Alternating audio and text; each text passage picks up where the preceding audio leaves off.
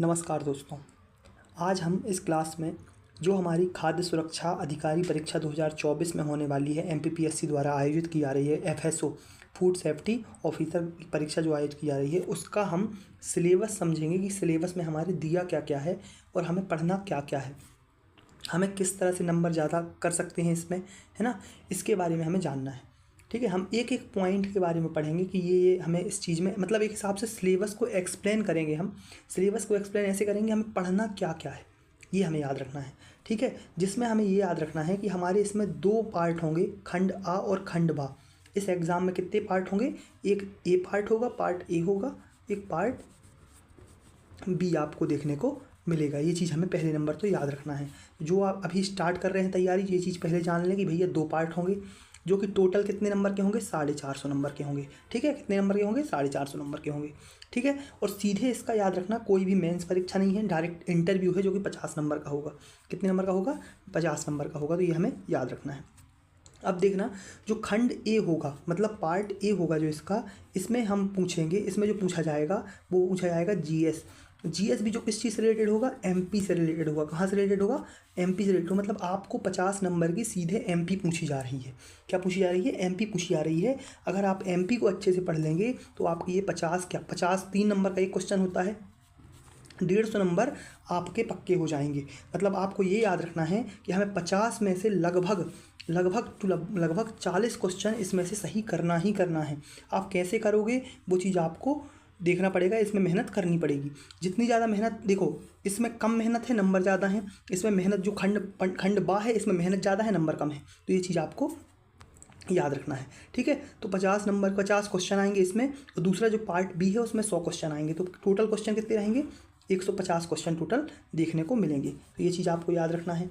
ठीक है, टोटल कितने प्रश्न आएंगे? 150। पार्ट ए में 50, पार्ट ए में 50 और पार्ट बी में 150 क्वेश्चन। ठीक है, जो टोटल कितने होंगे? टोटल होंगे 450 नंबर का पेपर आपका होगा। 50 नंबर का इंटरव्यू होगा, 500 नंबर टोटल। ठीक है, तो ये चीज़ हमने पहले पढ़ ली।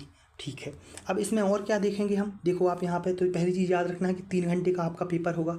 3 घंटे का पेपर होगा, ये चीज़ हमें याद रखना है। कोई भी माइनस मार्किंग देखने को नहीं मिलेगी, कोई भी माइनस मार्किंग नहीं है, ये याद रखना है हमें। ठीक है, इसके अलावा आप देखो, प्रश्न पत्र के 2 खंड होंगे, ये चीज़ हमने पढ़ लिया। खंड आ में प्रश्न पत्र में 40% अंक एवं विषय 40, मतलब आपको 40% नंबर लाना अनिवार्य है। इससे कम अगर आप नंबर लेके आते हो तो आपका एग्ज़ाम, मतलब अगर आप मान लो पार्ट ए में, मान लो पार्ट ए है, जो पार्ट ए है, पार्ट ए में 50 क्वेश्चन है, मान लो 50 क्वेश्चन है, 150 नंबर का पेपर है। 50 क्वेश्चन है, 150 नंबर का पेपर है। इसमें अगर आप 40% मार्क्स लेके नहीं आते हो तो आपका पार्ट बी चेक भी नहीं होगा। ये चीज़ याद रखना, मतलब आपको पार्ट ए में भी उतनी मेहनत करनी है और पार्ट बी में भी आपको मेहनत करनी है। ठीक है, तो ये चीज़ आपको याद रखना है। ठीक है, ये जनरल वालों के लिए है 40%, बाकी सबके लिए 30% लागू है, बाकी सबके लिए 30% है, याद रखना। ठीक है, तो ये चीज़ आपने पढ़ ली। कोई भी निगेटिव मार्किंग नहीं है परीक्षा में, ऋणात्मक मूल्यांकन। ठीक है, इसमें कोई भी नेगेटिव 3 अंक प्रदान किए जाएंगे प्रत्येक गलत, मतलब आपको माइनस मार्किंग भी देखने को मिल रही है। ये चीज़ याद रखना, माइनस मार्किंग भी इसमें है। खाद्य सुरक्षा अधिकारी में माइनस मार्किंग आपको देखने को मिल रही है, माइनस मार्किंग आपको देखने को मिल रही है। तो ये चीज़ आपको बिल्कुल याद रखना है कि माइनस मार्किंग इसमें है। इसमें लिखा हुआ है प्रत्येक सही उत्तर के लिए 3 अंक प्रदान किए जाएंगे, प्रत्येक गलत उत्तर के लिए 1 अंक काटा जाएगा, मतलब 1 नंबर माइनस मार्किंग यहाँ पे देखने को मिल रही है। ये चीज़ आपको याद रखना है कि माइनस मार्किंग भी है इस पेपर में। ठीक है, बाकी साक्षात्कार 50 नंबर का आपको याद ही रखना है, कोई दिक्कत नहीं है। ठीक है, बाकी आपको यहाँ पे देखें, हम आगे बढ़ते हैं, बाकी कोई दिक्कत नहीं। चयन प्रक्रिया पहले पेपर होगा, फिर उसके बाद कोई दिक्कत नहीं है, सब आपको पता होगा। कोई जनरल सी चीज़ है कि भैया 5 दिन में आपत्तियाँ लगना स्टार्ट हो जाता है। अब हम पढ़ेंगे इसके सिलेबस के बारे में। इसमें जो पार्ट ए का सिलेबस है, ये पार्ट ए का सिलेबस जो है, पार्ट ए का सिलेबस मैं ज़्यादा अच्छे से समझा सकता हूँ क्योंकि मैं इस चीज़ से रिलेटेड रहा हूँ। ठीक है, वो अभी भी हूँ। ठीक है, तो आपको पार्ट ए का सिलेबस ज़्यादा अच्छे से समझा सकता हूँ, पार्ट बी उतने अच्छे से शायद ना समझा पाऊँ। ठीक है, तो पार्ट ए आप यहाँ पे देख रहे होंगे, आपको यहाँ पे एमपी हिस्ट्री देखने को मिल रही है। पहली यूनिट क्या देख रही है? एमपी हिस्ट्री देखने को मिल रही है। याद रखना क्या है? MP history. क्या है? MP history. तो इस चीज़ की मैं कोशिश करूँगा कि मैं अपने यूट्यूब चैनल पे इसकी क्लास डाल सकूँ, एमपी हिस्ट्री क्लास अच्छे से आपको समझा सकूँ, कोशिश करूँगा, है ना। तो एमपी हिस्ट्री आपको पहली यूनिट में देखने को मिल रही है। पहली यूनिट में एमपी हिस्ट्री आपको देखने को मिल रही है, जिसमें आपसे क्या पूछेगा, प्राचीन मतलब एंशियंट हिस्ट्री, एमपी की एंशियंट हिस्ट्री, जिसमें आपको क्या है, नागवंश पढ़ना है, पुरापाषाण काल, जैसे ये नागदा हो गया, नागदा पढ़ते हो आप, है ना। इसके अलावा निबरानी पढ़ते हो आप, है ना, कसरावत पढ़ते हो आप। तो ये सब चीज़ें आपको पुरापाषाण काल में पढ़ना है। ये प्राग ऐतिहासिक काल दिख रहा है। आद्य ऐतिहासिक काल मतलब आपको जो सिंधु घाटी सभ्यता के साक्ष्य मिले हैं, वैदिक सभ्यता के साक्ष्य मिले हैं। ऐतिहासिक काल मतलब जो उसके आगे नवपाषाण काल वाला कार्य, मतलब ऐतिहासिक काल में जैसे कोई वंश है, जैसे कौन से वंश हैं, गुर्जर प्रतिहार वंश है, ये सब चीज़ें आपको यहाँ पे देखने को मिलेंगी। ठीक है, तो मध्यकालीन, फिर नेक्स्ट है मध्यकालीन इतिहास। कि मध्य प्रदेश में कौन से, दिल्ली सल्तनत के कौन से साक्ष्य मिले हैं, मुगल्स के कौन से साक्ष्य मिले हैं, तो आपको इसमें मध्यकालीन इतिहास पढ़ना है। नेक्स्ट आपको आधुनिक इतिहास दिख रहा होगा, जिसमें 1857 की क्रांति आपको देखने को मिलेगी। बुंदेला विद्रोह जो 1842 में हुआ था वो देखने को मिलेगा। बाकी आपको झंडा सत्याग्रह, ये सब चीज़ें आपको इसमें पढ़ना है। भैया चावल सत्याग्रह, है ना, सविनय अवज्ञा में अपने यहाँ कौन कौन से वो हुई, जंगल सत्याग्रह हुआ 1930 में। तो ये सब चीज़ें आपको आधुनिक इतिहास में पढ़ना है। बाकी इसमें मध्य प्रदेश में स्वतंत्रता आंदोलन भी वही चीज़, मतलब आज ये दोनों टॉपिक अगर आप देखोगे, आधुनिक इतिहास, स्वतंत्रता आंदोलन, तो आप ये एक में ही पढ़ते हो पूरा। जो चीज़ मैंने अभी बताई वही चीज़ है। ठीक है, मध्य प्रदेश का जनजातीय इतिहास एवं जनजातीय साहित्य बोला हुआ है। तो आप यहाँ पे जो ये टॉपिक है ना, ये टॉपिक देखने को मिल रहा है, ये आपकी 4th यूनिट में भी ये टॉपिक आपको देखने को मिलेगा। तो उसमें आपका ये कवर हो जाएगा। ठीक है, इंग्लिश में भी आप इसका सिलेबस दिया हुआ है, तो आप इसको रीड कर सकते हैं। ठीक है, नेक्स्ट आप देखोगे मध्य प्रदेश का भूगोल। ये बहुत आसान और आसानी से नंबर देने वाला सब्जेक्ट है। जो एमपी ज्योग्राफी वाला टॉपिक है, ये आपको आसानी से नंबर देगा, याद रखना, आसानी से नंबर आपको देगा। ठीक है, आसानी से नंबर देगा। कौन सा? मध्य प्रदेश का भूगोल। आपको यहाँ पे देखने को मिल रहा होगा, पहला पॉइंट जो इसमें दिया हुआ है, राज्य की भौगोलिक स्थिति, विस्तार, प्रमुख नदियाँ, पर्वत। मतलब आपसे ये पूछा है डायरेक्टली कि इसमें आपको बताना है कि मध्य प्रदेश का, मतलब मध्य प्रदेश के बारे में बताना है, कितने अक्षांश से कितने देशांतर तक विस्तारित है मध्य प्रदेश, कितनी लेंथ है, कितना, कौन सा हमारे यहाँ मतलब कौन सा गीत, मतलब आपको नॉर्मल मध्य प्रदेश के बारे में जानना है। इसके ज़िले कौन से बने हैं, कितने ज़िले हैं, कब ज़िले बने, ये सब चीज़ें नॉर्मल जानना है। पहली चीज़ भौगोलिक विभाजन जानना है आपको कि भैया भौगोलिक विभाजन आपको देखने को मिल रहा है, कितने भागों में विभाजित है। मतलब ऐसे आप देखो यहाँ पे, तो ये मध्य प्रदेश बन गया। तो पहला तो आपको यहाँ से मध्य भारत का पठार देखने को मिल रहा है, ये ऊपर वाला, ये मध्य भारत हो गया, ये मालवा प्लेटी हो गया, ठीक है। इसके अलावा आपको यहाँ पे बुंदेलखंड देखने को मिल रहा है, ठीक है। इसके अलावा आपको यहाँ पे देखो तो नर्मदा सोन घाटी हो गया, यहाँ पे आपको सतपुड़ा देखने को मिल गया। इसके अलावा यहाँ पे आप देखो तो ये बघेलखंड हो गया, और ये क्या हो गया, रीवा पन्ना प्लेटी हो गया। तो आपको ये विभाजन भी अच्छे से पढ़ना है कि यहाँ पे कौन कौन सी विशेषताएं देखने को मिल रही हैं। आपको नदियों के बारे में पढ़ना है, नर्मदा, ताप्ती, सोन, माही, इन नदियों के बारे में अध्ययन करना है, ठीक है। पर्वतों के बारे में अध्ययन करना है। पर्वतों में आपको सतपुड़ा देखने को मिलेगा, विंध्याचल देखने को मिलेगा। ये मुख्य पर्वत हैं हमारे यहाँ के, तो इनके बारे में अच्छे से हमको पढ़ना है। नेक्स्ट आपको जलवायु देखने को मिलेगी। जलवायु में ही आप मौसम का अध्ययन कर लेंगे, कौन सी जलवायु कौन से क्षेत्र में पाई जाती है, ये सब चीज़ें पढ़ना है, ठीक है। मिट्टियों के बारे में पढ़ना है, कौन सी मिट्टी कहाँ पे, आप जब भौगोलिक विभाजन पढ़ोगे इसके बारे में थोड़ा बहुत अध्ययन वहाँ पे भी करोगे, ठीक है। बाकी वन पढ़ोगे, वनों के बारे में अलग से पढ़ोगे, वनों का प्रकार, वनोपज पढ़ोगे कौन कौन सी, जैसे आपको मान लो आपसे पूछ लेगा साल वृक्ष कितने % हैं, ठीक है। इसके अलावा आपसे संरक्षित वन पूछ लेगा, संरक्षित वन कितने क्षेत्र में हमारे यहाँ विस्तारित हैं, ठीक है। आरक्षित वन पूछ लेगा। तो ये चीज़ें आपको याद रखना है। कृषि और प्रमुख फसलें को आपको इसमें मुख्यतः रैंक याद रखना है, कौन सी रैंक हमारे मध्य प्रदेश की है, ठीक है। सिंचाई के स्रोत मतलब डैम वगैरह आपको याद रखना है, सिंचाई परियोजनाएँ, ठीक है। बाकी इसके अलावा ताप विद्युत परियोजनाएं, गैर पारंपरिक ऊर्जा स्रोत एवं खनिज के बारे में अध्ययन करना है, ठीक है। ऊर्जा स्रोत मतलब कौन कौन से, पवन ऊर्जा, सौर ऊर्जा, बायोमास ऊर्जा, ये सब चीज़ें याद रखना है। ताप विद्युत परियोजनाओं में आपको ताप विद्युत, जहाँ से आपको इलेक्ट्रिसिटी प्राप्त होती है। खनिजों के बारे में पढ़ना है, कौन सा खनिज कहाँ पे पाया जा रहा है। बाकी जनगणना आपको यहाँ पे देखने को मिल रही होगी, और खाद्य प्रसंस्करण उद्योग नॉर्मल आपको जनगणना पढ़ना है मध्य प्रदेश की। तो जनगणना मध्य प्रदेश की, वहाँ से क्वेश्चन आपके बन जाते हैं। तो ये हमारी यूनिट 2 हो गई, मतलब एमपी ज्योग्राफी आपको यहाँ पर पढ़ना है, ठीक है। नेक्स्ट आपको देखने को मिल रही होगी मध्य प्रदेश की पॉलिटी, और सेकंड भाग में मध्य प्रदेश की इकोनॉमी, जो कि एक बहुत बड़ा पार्ट कवर करती है, समझ रहे हो, एक बहुत बड़ा पार्ट कवर कर रही है। आपको यहाँ पे देखो तो यही कंप्लीट करने में बहुत समय लग जाता है, ठीक है। तो आपको यहाँ पर राज्यपालों के बारे में पढ़ना है। राज्यपाल कौन से आर्टिकल में है मध्य प्रदेश के, मुख्यमंत्री कौन से मुख्यमंत्री रहे हैं, मंत्रिमंडल, विधानसभा, उच्च न्यायालय, लोकायुक्त। तो आपको इनमें नाम पढ़ना है भैया, याद रखना। नामों से क्वेश्चन पूछता है कि कौन सा व्यक्ति कहाँ कब रहा है, ये सब चीज़ें क्वेश्चन पूछता है, ठीक है। तो ये चीज़ें आपको याद रखना है। हाई कोर्ट के पूरे आर्टिकल याद रखना चाहिए, कौन कौन से मतलब हाई वो रहे हैं, जज रहे हैं, वो याद रखना है। बाकी सचिवालय, मुख्य सचिव, संभागायुक्त, पुलिस कमिश्नर, ये सब चीज़ें नॉर्मल आपके मेंस के MPPSC मेंस में भी यही सिलेबस बिल्कुल सेम टू सेम पड़ा हुआ है MP पॉलिटी का। ठीक है, तो आपको MPPSC मेंस वाली आप यूनिट उठा सकते हैं, तो उसमें ये चीज़ें पूरी दी हुई हैं। ठीक है, जिला प्रशासन, नगरीय प्रशासन, स्थानीय स्वशासन, पंचायती राज, मतलब पंचायती राज आप यहाँ पढ़ोगे। बाकी यहाँ पे आपको आयोग दिख रहे होंगे, ये बहुत सिंपल पोर्सन है आयोग वाला, है ना। आयोग दिख रहे हैं, यहाँ पे आपको पूरे अधिनियम दिख रहे होंगे, कौन कौन से अधिनियम भैया, जनजाति, अनुसूचित जाति, अनुसूचित जनजाति अत्याचार निरोधक अधिनियम। ठीक है, पेशा एक्ट दिख रहा है आपको, पर्यावरण संरक्षण अधिनियम दिख रहा है, गौवंश वध प्रतिषेध अधिनियम दिख रहा है। तो इन चीज़ों के बारे में आपको इसमें अध्ययन करना है MP पॉलिटी में। ठीक है, नेक्स्ट आपको देखने को मिल रहा है मध्य प्रदेश की अर्थव्यवस्था। मध्य प्रदेश की अर्थव्यवस्था में आपको याद रखना है इकोनॉमिक सर्वे। क्या याद रखना है? इकोनॉमिक सर्वे से ही पढ़ना है आपको, यहीं से ही आपको डेटा पूछ रहा है, इसके अलावा आपको कहीं बाहर नहीं जाना। आपको ये दिख रहा है मध्य प्रदेश की अर्थव्यवस्था का अवलोकन, आपको जो स्टार्ट वाला पोर्शन होता है इकोनॉमिक सर्वे का, वहीं से ही आपको ये इससे क्वेश्चन देखने को मिल जाएगा इस यूनिट से। इसके अलावा शायद ही आप कुछ और पूछे। बाकी आपको इकोनॉमिक सर्वे इसके लिए पढ़ना है। SDG दिख रहा है आपको, गरीबी सूचकांक, बहुआयामी गरीबी सूचकांक दिख रहा है, शिक्षा, स्वास्थ्य एवं कौशल एकदम same to same topic economic survey में दिया है। ठीक, कृषि, ग्रामीण विकास दिया हुआ है। तो ये चीज़ें आपको इकोनॉमिक सर्वे से पढ़ना है, मेरे हिसाब से एकदम टॉपिक टू टॉपिक आपको इसमें मिल जाएगी। ठीक है, अब देखते हैं हम नेक्स्ट 4th यूनिट, जो कि मैं अभी रिसेंटली अपने YouTube चैनल पर इस यूनिट को करवा रहा हूँ। 7 जनजातियों को हम पढ़ चुके हैं अभी तक, याद रखना इसमें से 7 जनजातियाँ इसमें हम पढ़ चुके हैं। इस यूनिट को हम करवा रहे हैं अभी यूट्यूब पे अपने। ठीक है, मध्य प्रदेश की जनजातियाँ, विरासत, लोक संस्कृति वगैरह इसमें क्वेश्चन पूछा है।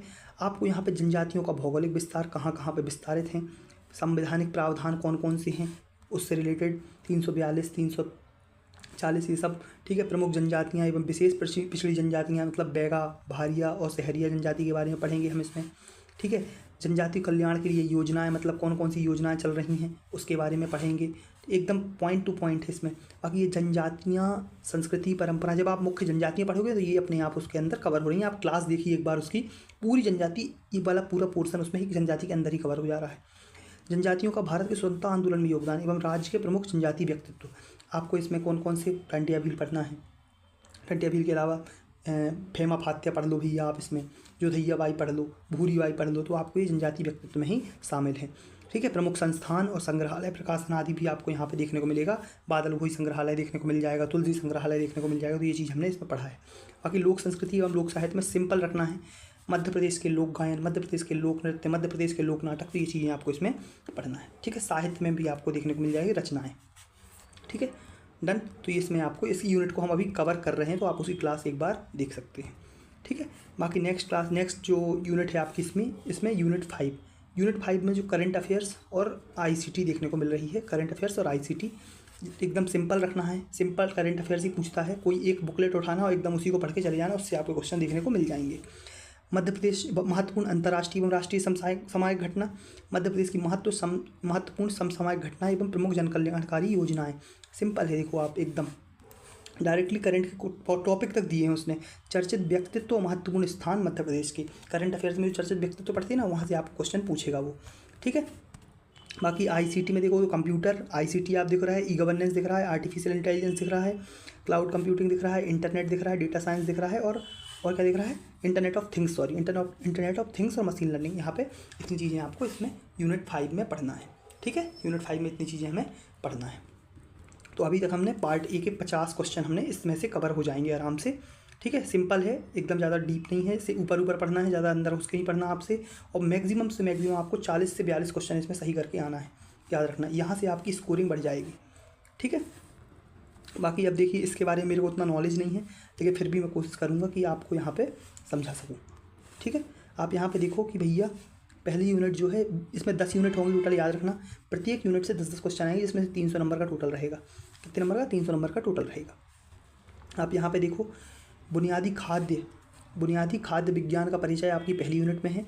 बुनियादी खाद्य विज्ञान का परिचय मतलब समझ रहे हो, जो खाद्य है, जो हमारी खाने वाली चीज़ें हैं, जो बुनियादी चीज़ें हैं, जो हमारे शरीर के लिए बहुत आवश्यक हैं, वही उन चीज़ों का हमें उसके बारे में अध्ययन करना है। तो आप यहाँ पे देखो, भोजन और उसके संरक्षण का इतिहास, जनरली भोजन कैसा है, भोजन क्या है और उसका संरक्षण कैसे किया जाना चाहिए, इसके बारे में पढ़ेंगे हम। पारंपरिक भोजन, जो हम रोज़ भोजन करते हैं, जो हर एक व्यक्ति भोजन करता है, उसके बारे में हमें उसका महत्व पढ़ना है। खाद्य फोर्टिफिकेशन, भारत में उचित भोजन की चुनौतियों के पहलू, मध्य प्रदेश के आदिवासी भोजन, मतलब आदिवासी कौन कौन सा भोजन करते हैं ये भी हमें पढ़ना है। बाकी आपको कार्बोहाइड्रेट, प्रोटीन, वसा जो कि हमारे शरीर के लिए बहुत महत्वपूर्ण है, विटामिन, खनिज, एंजाइम, रासायनिक संरचना, वर्गीकरण एवं कार्य, इन चीज़ों को पढ़ना ही पढ़ना है। मेटाबॉलिक मार्ग, पाचन और अवशोषण, कार्बोहाइड्रेट, लिपिड, प्रोटीन, वही चीज़ आपको यहाँ पर भी देखने को मिल गई, आप देख लो। भोजन के गुण भी देखने को मिल गए, कौन सा गुण है भैया भोजन में, भौतिक है, अम्ल, मतलब भौतिक, अम्ल, क्षार, पफर, रसायन, कोलाइड, मतलब जो भी आपका किस भोजन में कौन सा गुण देखने को मिलता है, तो ये चीज़ हमें पहली यूनिट में पढ़ना है। नेक्स्ट यूनिट आप देखो तो खाद्य सूक्ष्म जीव विज्ञान, मतलब खाद्य में कौन कौन से सूक्ष्म जीवों का यूज किया जाता है, कौन कौन सी चीज़ें उपयोग की जाती हैं, उस चीज़ से रिलेटेड हमें इस यूनिट में पढ़ना है।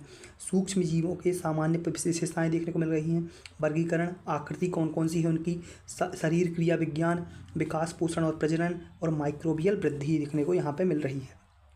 खाद्य विषाक्तता, मतलब कौन कौन से खाद्य में कौन कौन सी विषाक्त चीज़ें हैं, खाद्य जनित रोग, कौन कौन से रोग हो रहे हैं खाने से, खाद्य विषाक्त पदार्थ, कौन कौन से पदार्थ विषाक्त हैं, सूक्ष्म जीवों का पता लगाने में तीव्र विधियाँ। ये चीज़ याद रखना, जो चीज़ सिलेबस में लिखी है उस चीज़ को जरूर पढ़ के जाना, एक्स्ट्रा पढ़ने के चक्कर में नहीं पढ़ना, ठीक है। खाद्य किण्वन पूछा है, किण्वित खाद्य उत्पादों और पेय पदार्थ के बारे में पढ़ना है हमें। विशिष्ट खाद्य समूहों जैसे दूध और दूध उत्पाद, मांस, पोल्ट्री, मछली, अनाज, दालें, फल, ठीक है, सब्जियां, डिब्बाबंद खाद्य उत्पाद का भोजन, पदार्थों का खराब होना, ये चीज़ें कैसे खराब हो रही हैं, डिब्बाबंद चीज़ें कैसे खराब हो रही हैं, इनके बारे में हमें पढ़ना है। माइक्रोबियल तकनीकें पढ़ना है, सूक्ष्म जीवों के प्रकार, उनकी आकृति विज्ञान, कल्चर और मीडिया की तैयारी, APC TPC के बारे में ज़रूर पढ़ के जाना है, जितना सिलेबस में दिया है, उसके अलावा बाहर कुछ नहीं पढ़ना है, ठीक है। ये चीज़ हो गई सेकेंड यूनिट हमारी। थर्ड यूनिट देखने को मिल रही है खाद्य और पोषण। आप देख रहे हो इनकी जो वो थोड़ी थोड़ी मैच कर रही हैं चीज़ें, ठीक है। याद रखना, खाद्य और पोषण, इसके कार्य, वर्गीकरण और स्रोत के बारे में पढ़ना है। हमारे यहाँ संतुलित आहार कौन सा है, असंतुलित आहार, भत्ते, RDA देखने को मिल रहा है। बेसल ऊर्जा चपाचय, BBNPU, BMR, PER, BMI, इन सबको मतलब कैसे गणना की जाती है, इन सब चीज़ों को हमें पढ़ना है, ठीक है। बेसल ऊर्जा की गणना के लिए हम इतनी चीज़ें यूज करते हैं, ठीक है, तो इसके बारे में हमें पढ़ना है। मानव पोषण स्थिति का आकलन करने की तकनीकें, कुपोषण के कारण और निवारण, तो ये चीज़ हमें याद रखना है। भारत में पोषण स्वास्थ्य कार्यक्रम कौन कौन से चलाए जा रहे हैं ये भी दिया हुआ है, तो कौन कौन से मिशन, MDMP, ICDS, राष्ट्रीय खाद्य सुरक्षा मिशन, तो ये चीज़ें इसमें चलाई जा रही हैं, इनके बारे में पढ़ना है। मतलब आपको याद रखना, स्वास्थ्य कार्यक्रम 3 ही पढ़ना है, जितना सिलेबस में दिया है उसके बाहर नहीं जाना है। मैक्रो और सूक्ष्म पोषक तत्वों की कमी से होने वाले रोग आपको यहाँ पे देखने को मिलेंगे, इसके अलावा हमें थर्ड यूनिट में कुछ नहीं पढ़ना है, ठीक है। फोर्थ यूनिट है हमारी खाद्य संरक्षण, पैकेजिंग और भंडारण। खाद्य संरक्षण, पैकेजिंग और भंडारण, तो खाद्य संरक्षण के सिद्धांत और उसकी विधियाँ पढ़ना है हमें, कौन कैसे कैसे रख सकते हैं। थर्मल और गैर थर्मल खाद्य संरक्षण प्रौद्योगिकी पढ़ना है। खाद्य पैकेजिंग की अवधारणा, पैकेजिंग के प्रकार, पैकेजिंग कानून, ये चीज़ें इसमें हमें पढ़ना है, ठीक है। खाद्य पैकेजिंग और नव विकास के मतलब कौन कौन सी हम नई प्रौद्योगिकियाँ यूज कर रहे हैं पैकेजिंग में, वो पढ़ना है। भोजन भंडारण संरचनाएं, प्रचलित विधि, पर्यावरण और संग्रहित उत्पाद के साथ साथ इसकी अंतःक्रिया भी हमें इसमें पढ़ना है। तो ये चीज़ याद रखना, मैं सिर्फ इसमें सिलेबस को तोड़ रहा हूँ, इसके अलावा मैं सिलेबस को समझा नहीं रहा हूँ पूरा। सिलेबस के पॉइंट टू पॉइंट कितना पढ़ना है हमें, क्या क्या चीज़ें पढ़नी है, वो आप तक पहुँचाने की कोशिश कर रहा हूँ, ठीक है। नेक्स्ट हम देख रहे हैं भारतीय कृषि प्रणाली। भारतीय कृषि प्रणाली के बारे में देखें तो भारत में कौन कौन सी कृषि की जा रही है, ये चीज़ याद रखना।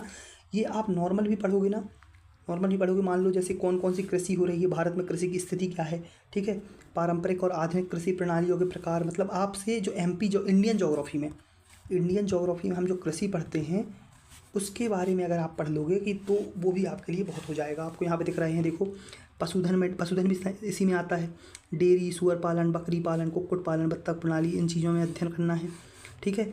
बागवानी फसलें, कृषि वानिकी प्रणाली, जल कृषि, बत्तख, कुक्कुट सह मछली, डेयरी सह मछली, सुअर पालन सह मछली, किसानों की आजीविका घटकों के रूप में मूल्य श्रृंखला और माध्यमिक उद्यमों सहित छोटे, मध्यम और बड़े उद्यम स्थापित करना।